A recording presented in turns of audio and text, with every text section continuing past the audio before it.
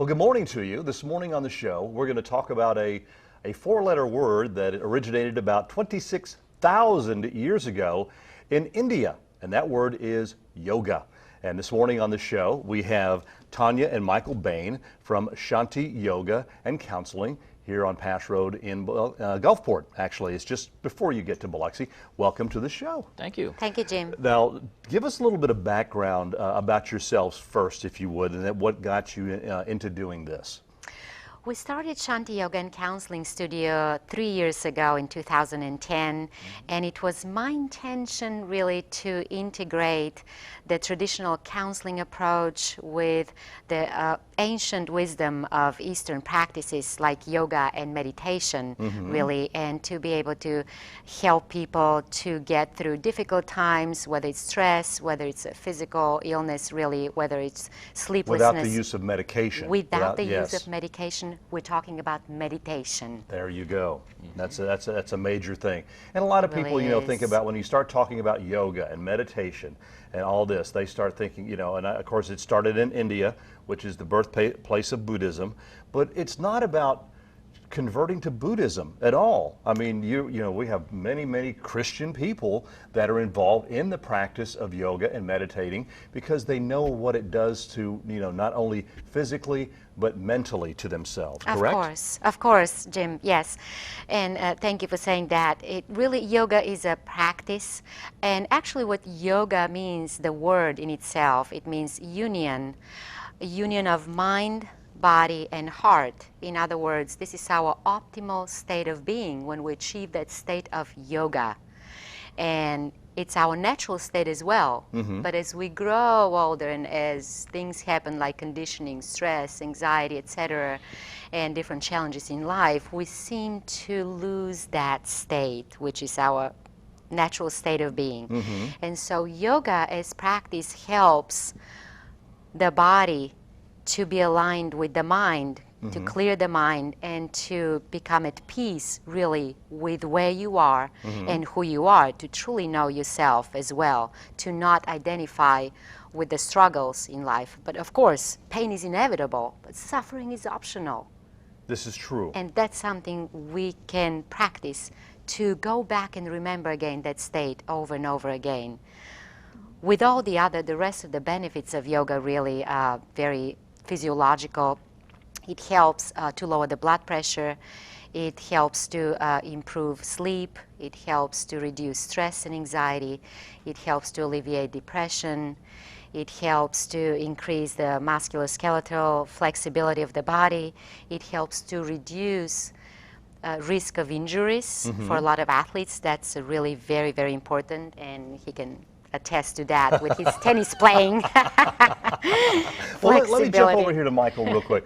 Now, one of the things too is you see a lot of these things on TV or these yoga classes or whatever, and you see these, these young, nice and shapely as yourself women, and these guys that are just looking great that are doing this. But guys like us, Michael, we do that too, Exactly. and it's good for us. Yes, it is.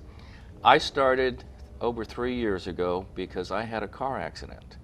And finally, after 8 years, Tanya talked me into going to yoga, and I did. And this has helped me because finally I did an MRI about 6 months ago. I had rotator cuff surgery, slap lesion, arthritis, and now I'm back on the tennis courts and I'm back on the yoga floor. Wow. In 3 months. 3 months? Yes. That's good. That's awesome.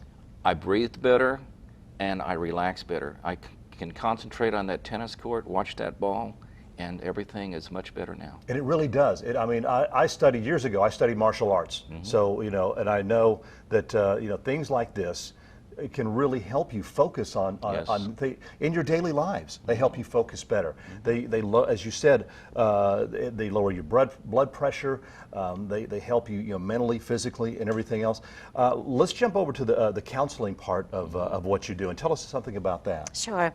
I'm a licensed professional counselor, and under the roof of the yoga studio, I have a private practice and an office for counseling services.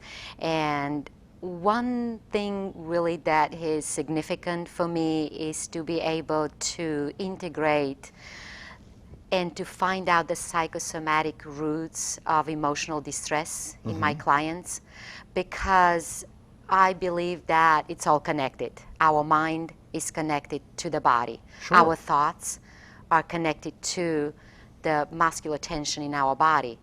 So when people come with different issues, and we all have them, nobody's really exempt, I trace the roots of how does that feel in the body? Where does it hurt? And some people say right here in the heart. A lot of people say here, lower back, or shoulders or knees.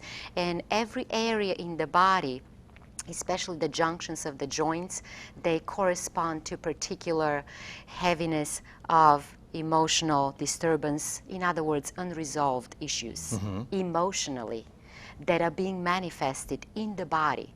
So when we're able to address and bring up those issues strictly physically in the body, that tells me about what emotional issues they're dealing with that are Right. not being resolved yet. And so from that point in mind, we start talking about how to breathe better, because the breath is huge. We really don't think about it on a daily basis, but the breath and the quality of the breath is so important for us being in the optimal state of healthy living. And so learning to breathe, and depending whether it's depression or anxiety, there's certain type of breathing techniques that I teach my clients that is helpful tremendously. And it also Well, it has so much to do with the oxygen flow in your body, which again is just, you know, your state of mind, your positive thinking. I mean, because if you think negative thoughts, it's going to, as you said, breath is getting shallow, Exactly. shoulders going down. You're just feeling bad. You're sitting there. I mean, are you sitting at your Absolutely. desk right now, just kind of slumped over? Or You're Yep. just laying there, you know, at the table, kind of slumped over. Sit up straight. Breathe. Exactly. Breathe. And some of the exercises that you teach, I know you see some of the positions that they do, like the Down-facing dog. down-facing dog, or the Child's pose. yes, or the cobra. Yes. The cobra is good, where you come up like this, and it just helps open the airwaves, and it just gives you such relaxation. Another important thing is that actually when we slow down the breath, which brings us more mindful and present in the moment, something called the automatic relaxation response gets activated in the brain. From then on, everything flows a lot better. And it's decreasing reactivity. It's actually one of the things that for people, let's say with anger management, it helps. It A lot really of us have does. problems with that. Your job will sometimes do that to you. We're out of time here, but thank you so much. If you want some more information about Shanti Yoga and Counseling, call the number on your screen. They're located on East Pash Road in Gulfport. Put a little ease into your mind and into your life with yoga.